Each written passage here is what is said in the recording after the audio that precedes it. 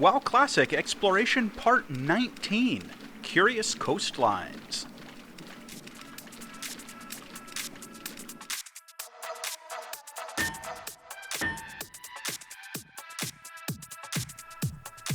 Today, we're going to be having a look at some hidden and interesting locations along Azeroth's coastlines. These locations aren't inaccessible, but most of them are very far out of the way, and it's likely that most players will never visit them. You can swim to all these locations normally, except for one, but it takes an extremely long time, so I went the lazy way, and I used a Death Knight with Path of Frost. So the first thing we're going to look at is the retired Goblin Admiral north of Stormwind. This location has also been known as Newman's Landing in the past, and it's just a small dock and a building on the coast north of Stormwind City. There was a lot of speculation back in the day that this was a place that new characters were spawned in for like half a second before being teleported to their racial starting zones, but as far as I know, nothing was ever confirmed for sure.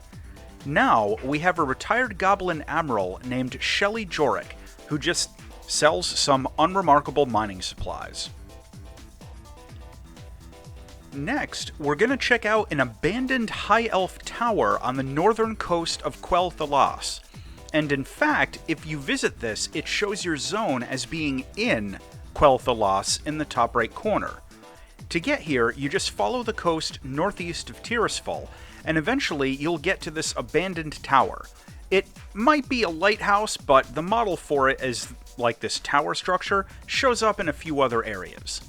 As with other locations, there was a lot of speculation about this, with some theories ranging from it being just some forgotten scenery, and others thinking it was going to be a branching off point to the original abandoned Dragon Isles content back during the alpha version of WoW.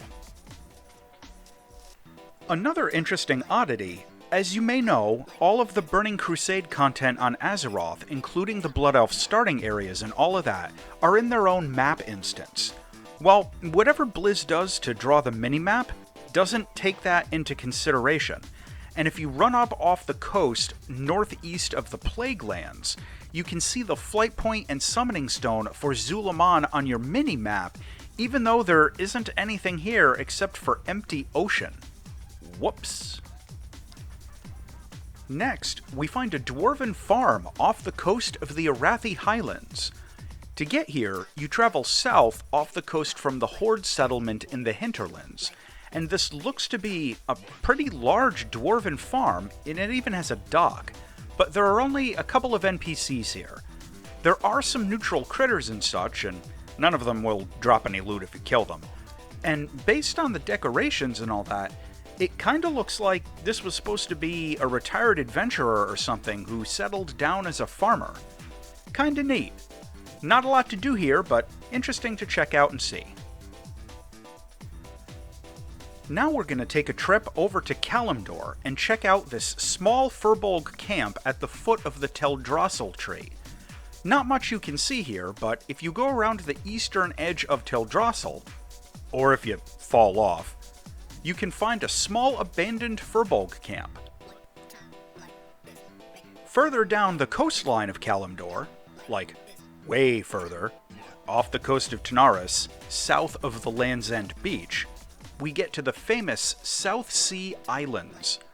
There has been a lot of mystique and speculation about this location and what purpose they serve, but in fact, there's actually a quest that takes you here as part of the Scepter of the Shifting Sands quest chain, and an NPC mermaid will give you a swim speed buff during that quest to get through the fatigue.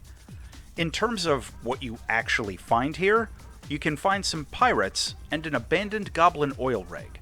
But past that, there's really just that one quest and no other reason to come down here unless you really want to farm some pirates in a really out-of-the-way place. Nonetheless, it's interesting, and it's fun to see a place that nobody really ever visits, but is quite well known in the World of Warcraft lore. Lastly, we're going to look at a Tauren camp on the southern coast of Ahn'Qiraj. On the southwestern corner of Kalimdor, you can find an odd little Tauren farm, but when you get here, nobody's home. But far more interesting is that just around the corner is a pretty large cave system. The cave is empty, and it's similar to a couple of other caves out in the world. Now, I think, personally, it's really likely that something was planned to be here. Maybe some quest chain that was going to take you on a boat to the Tauren farm and lead you into a dive into the cave or something like that. Just speculation, though. Nothing else to do here, but it's kind of some fun, out-of-the-way exploration that basically no one ever sees. Well, that's about it for the hidden oddities out on the coastlines of Azeroth.